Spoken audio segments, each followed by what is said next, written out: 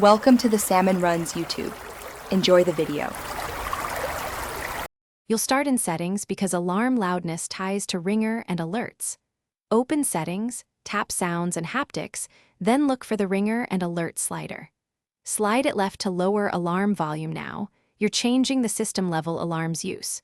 If you want to fine-tune with hardware, toggle Change with buttons on so the side volume keys adjust alarm volume directly. Once done, make sure the silent switch isn't limiting feedback.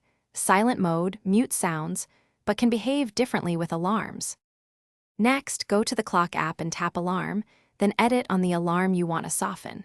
You're choosing sound and intensity.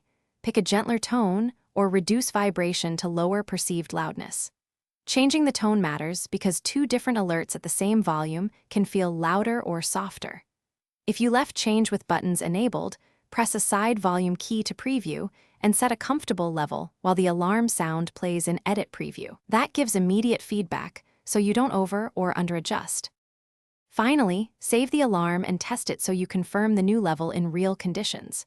If the alarm still sounds too loud, restart the iPhone and check for iOS updates because software bugs can lock volume behavior. Make sure Focus or Do Not Disturb isn't altering alerts and that Bluetooth isn't routing sound to another device. If alarms ignore settings, toggle Change with buttons off and on, then redo the slider. This often resets the system mapping and fixes stubborn volume issues. Thanks for watching. Consider subscribing if we helped you.